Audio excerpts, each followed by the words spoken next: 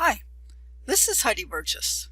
Today I'm going to continue my discussion of small-scale reconciliation by looking at ways to level the playing field, with the goal of addressing gross power inequalities which lead to broader societal inequality overall. Leveling the playing field is the fourth item in our five-part list of ways to accomplish local, bottom-up, small-scale reconciliation. In the United States right now, this is a primary focus, as much of the talk about reconciliation is not only between the left and the right, but also between the races. The topics of systemic racism, inequality, police brutality, and reparations are all talking about unequal power and the need to equalize that power in order to reconcile our society. As we found out when we witnessed the global protests following last May's killing of George Floyd, these issues resonate all around the world. They are not just U.S. issues. Perhaps the biggest sticking point to any leveling effort is the resistance from the powerful who don't want to give up their privileged position. That's understandable, but it isn't necessarily in their best interests. Several years ago, Guy and I had the privilege of interviewing about 20 highly experienced civil rights mediators who work for the U.S. Department of Justice's Community Relations Service. CRS was formed as part of the 1964 Civil Rights Act to help communities diffuse serious racial tensions. Although it isn't key to my point, I'll mention that two of their mediators were Jim Lowy and Wallace or Wally Warfield, both of whom were later on the Carter School faculty. We did not have the opportunity to interview Jim, but we did have a wonderful long interview with Wally, which you can access in the reference section along with all the other interview transcripts. One of the topics we discussed with all the mediators was how they dealt with power disparities. Since these were racial conflicts, there were almost always power disparities. Sometimes the conflict was between minorities and the police, sometimes it was between minorities in the school system, sometimes it was between government or white leadership more broadly. In all of those cases, power was unequal. Most, though not all of the mediators, said it was their job to equalize the power between the opposing groups. Not out in the community, they couldn't do that, but around the negotiating table. Once they did that around the negotiating table, then the minority party would be able to negotiate an agreement that would help them over the longer term to empower themselves in the community, or in the school system, or with the police. Wally Warfield explained how the CRS saw empowerment. Now I'm quoting him. Let's sort of walk through a typical process. You come into a community, you meet with the minority leadership in that community, then you meet with the so-called establishment side, the local officials, the business people. And the first thing they say to you is, "So, who have you met with on the community side?" And you say, "Well, I've met with so-and-so and so-and-so." And they say, "Ah, A, B, and C are fine, but D and E, those guys, those people, they're known troublemakers. You can't have them involved in the process." So right from the very beginning, there's an attempt, even before you've gotten into the formal sessions, to discredit people who, in fact, could be the people who could redress the balance of power in a setting, because they know they don't want those people there. They don't want a balance of power. So bottom line, Wally and the other CRS mediators argued, usually successfully, that it was to the advantage of the powerful group to allow the less powerful group to be empowered, because it makes the whole system work more effectively for the powerful groups as well as for other groups. That's usually true at the community level, and at the large-scale national level, and I think at the interpersonal level as well. Powerful people may be able to roll over less powerful people and impose their will on them for a while. But that will only be stable for a limited period of time. Eventually, the less powerful people will rise up and try to overthrow the people in power. That's what's happening now at the local, state, and national levels in the U.S. as blacks and other people of color are trying to assert their will with respect to truth, justice, and reparations for centuries of oppression. They may not succeed this time, but demographic success suggests that they eventually will, unless whites agree now to share power more equally with people of color. That, of course, is what Biden is trying to accomplish with his cabinet appointees. But he's still being blocked as I'm making this video by people opposed to power equality among the races, as this Washington Post article explains. Wally's notion of empowerment was similar to Mara Dugan's ideas in the essay she wrote for Beyond Intractability. Quoting her, "Interestingly, the word empowerment can be disempowering when it is understood to mean the giving of power by the powerful to the powerless. The appropriate role of the person or group with power is to share, not to convey or impose. If I give or even lend you my power, you are beholden to me for it. If, on the other hand, I help you build your own power base, the power is yours, not mine. I may do this as a mentor, a researcher, a facilitator, or an ally, since leadership and spokesperson roles are needed to remain with the group that is in the process of empowering itself.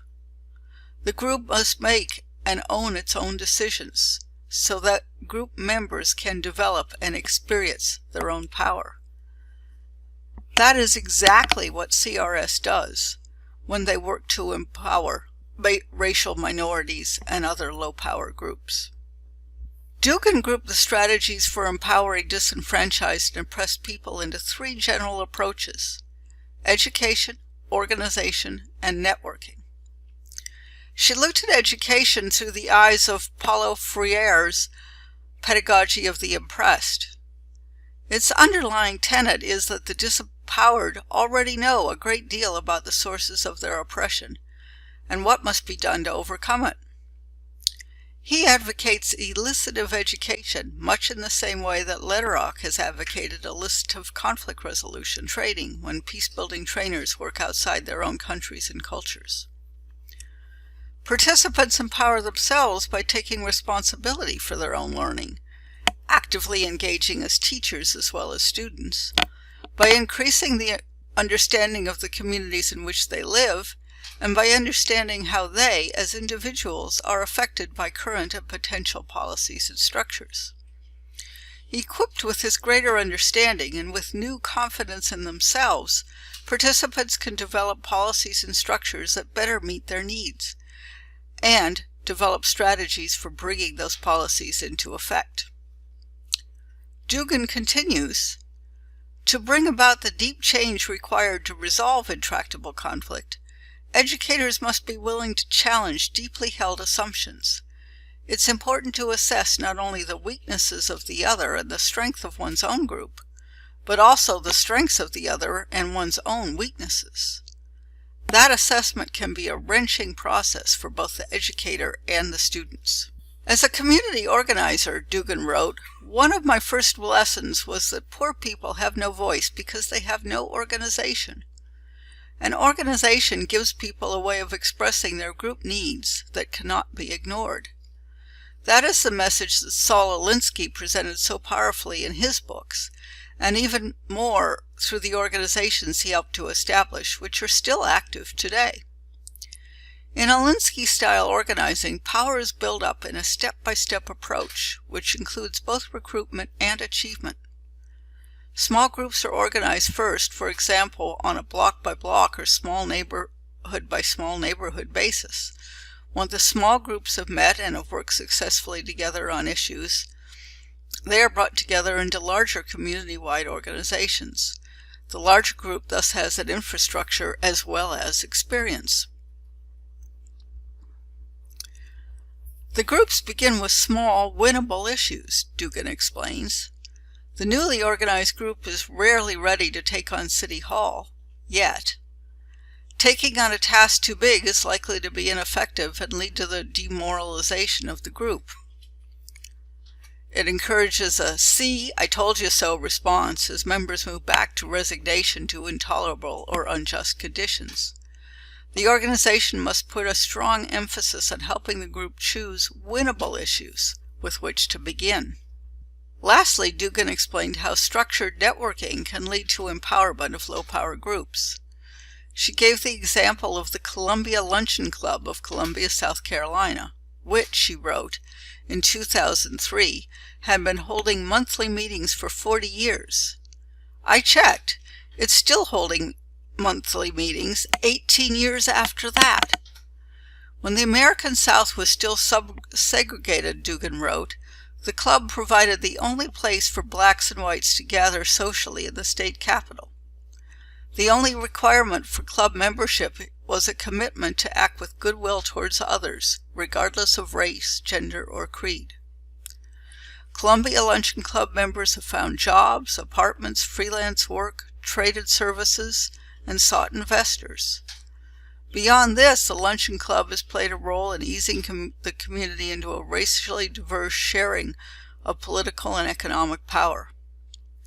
CLC website adds that the CLC actually facilitated the creation of the Community Relations Council, hence contributing to racial relations in Columbia more broadly.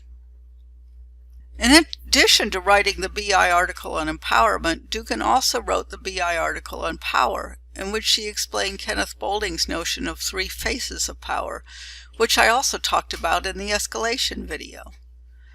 There I argued that in order to de-escalate a conflict, one should use the optimal power strategy mix, which is the optimal combination of all 3 forms or faces of power. A mistake that many low-power or disempowered people and groups make is to think only in terms of coercive power, or even think that violence is power, and since someone else is already pushing them around, they think they have no power to resist or assert their own voice. Or if they do try to resist, they try to do it with their own coercion or violence because they think violence is the only way to get opponents' attention or to be taken seriously. Well, violence usually does get the opponent's attention, but it almost always unleashes a major counterattack. And since the high-power group usually has more weapons to use, the counterattack is likely to be pretty lethal, figuratively or literally. But violence is not the only way to get the attention of the other side or to be taken seriously. In fact, it often did the opposite, as Wally's Warfield story showed about the establishment that didn't want to let the troublemakers to the table. In his book, 3 Faces of Power, Boulding argued that integrative power is actually the strongest of the 3 forms of power, because neither of the other forms of power work without the simultaneous use of integrative power, whereas integrative power is quite effective on its own. For example, you cannot negotiate unless you trust the other side, at least to some extent, to negotiate in good faith and to follow through on whatever it is that they agree. So exchange power depends on integrative power to set rules and expectations for the exchange. Even coercive power requires compliance from the people who are carrying out the coercion. If police won't enforce the laws won't hold. If guards won't protect the palace, the king or the emperor or the supreme ruler, whatever he is called, will fall. That was a primary argument of the highly esteemed scholar of nonviolence, Gene Sharp. In his seminal 3-book series, The Politics of Nonviolent Struggle, and the much shorter From Dictatorship to Democracy, Sharp pointed out that no dictator, no matter how apparently powerful, can survive if his henchmen abandon him. If they no longer agree to protect him, no longer agree to carry out his dirty deeds. When his loyal followers abandon him, he will fall. Effective nonviolent struggle, Sharp argued and demonstrated, can be used to weaken the support of the leader's followers to the point that they abandon ship and at times join the opposition. This New York Times article from 2001 explains how Sharp became the guru for the Arab Spring, particularly for the first Tahrir Square uprising in Cairo, Egypt. That and the rest of the Arab Spring didn't come out as well as was initially hoped. But it wasn't because nonviolence didn't work to overthrow a dictator. It was because what happened afterwards wasn't effective to establish democracy. Why not is a topic for another time. My point here is that nonviolence is primarily based on integrative power, although it does use exchange and nonviolent coercion as well. Indeed, it uses an optimal power strategy mix. Now, I should note that nonviolent action campaigns are not done by individuals. They are done by large groups. So perhaps this discussion should go in the large-scale reconciliation section. But there are lessons that apply to small-scale, even interpersonal interactions, too. Nonviolence works better than violence at the local level, even at the interpersonal level. Are you more likely to get your way by punching somebody out, or by talking with them? Punching someone out may feel good, but it seldom changes people's minds. Rather, it usually makes them hate you all the more. The nonviolent protests that occurred after George Floyd was killed have begun to bring about real change in many locations. When the protests turned violent, however, they engendered more pushback. That, unfortunately, is why Trump and his supporters try to foment violence in places like Portland. They knew that it would make the protests fail, while nonviolent protests were more likely to succeed. The article pictured on the right from the Harvard Gazette presents research by Erica Chenoweth, who has demonstrated through much research around the world that nonviolent resistance is more successful in affecting change than are violent campaigns. One is the way that Gandhi and King emphasized integrative power in their efforts. This is exemplified in Martin Luther King's I Have a Dream speech. When he talked about living out the true meaning of our creed, he was pointing out that our country was founded on a principle which we all ostensibly believe. So it was easy to point out the hypocrisy between the Declaration of Independence and the way blacks were treated in the U.S. at the time, or indeed throughout U.S. history. They never were treated as if they were created equal. King harped on that notion, eventually convincing enough whites in power in Congress that the laws needed to be changed in order to better abide by principles upon which the U.S. was founded. That's integrative power. So too is the notion of brotherhood, and so too is judging a person by their character, not by their race. Put another way, that is turning us and them into we. And integrative power does that. King learned from Gandhi that nonviolent action also needed to use exchange power or negotiation. Years ago, I read about the Montgomery bus boycott in the fabulous history of the early civil rights era, written by Taylor Branch, called Parting the Waters. For those of you who didn't study this, public transportation, as well as everything else in the U.S., used to be segregated. There were white-only facilities and separate and almost always inferior facilities for all other races. In Montgomery, Alabama, there weren't separate buses, but the blacks had to sit in the back behind a line that separated the white section from what was called at the time the colored section. One fateful day, when there weren't any seats in the back of the bus, a young black woman named Rosa Parks took a seat in the white section. She refused to move when asked, so when the bus stopped, she was arrested and hauled off to jail. That initiated the long-lasting Montgomery bus boycott, during which time blacks refused to ride the buses, which significantly cut into the profits the bus company was able to earn. I had known all that, and knew that the end result was that the bus company and the White Citizens Council, as it was called, finally gave in and allowed the buses to be integrated. What I didn't know until I read Branch's history was that King, who was one of the leaders of the boycott, offered to negotiate a deal to end the boycott early. All he asked was to move the line in the buses up so there were more seats in the back. To my astonishment, he didn't insist on the removal of the line. Lucky for him, For the blacks and for all advocates of justice, the White Citizens Council refused to move the line. The boycott continued, and eventually the whites gave in entirely and the line was gone. So exchange power didn't save the day, but it was used. Gandhi too used negotiation as part of his nonviolent action. As described by nonviolent scholar Paul Ware, Gandhi intensified conflict in a stepwise rather than spiraling fashion in order to prevent the protests he led from spiraling out of control. His first step was protracted negotiations. If those weren't successful, then he started a nonviolent action. Periodically, he withdrew from confrontation, however, engaged in reflection, reevaluation, and if possible, renewed negotiation.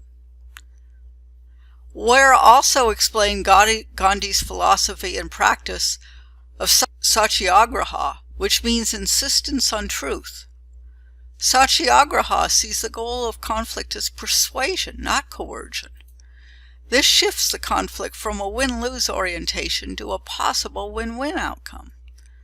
Ware explained the escalating commitment is not to winning, but to the discovery of the truth of social justice, a commitment that admitted the possibility of the opponent's truth. All of these strategies are valuable for leveling the playing field, and together with the other 4 small-scale approaches on this list, can contribute significantly towards reaching reconciliation in small groups, often interpersonal relationships, and in large groups as well, although that's the topic that we will be dealing with more in the next unit. Thanks.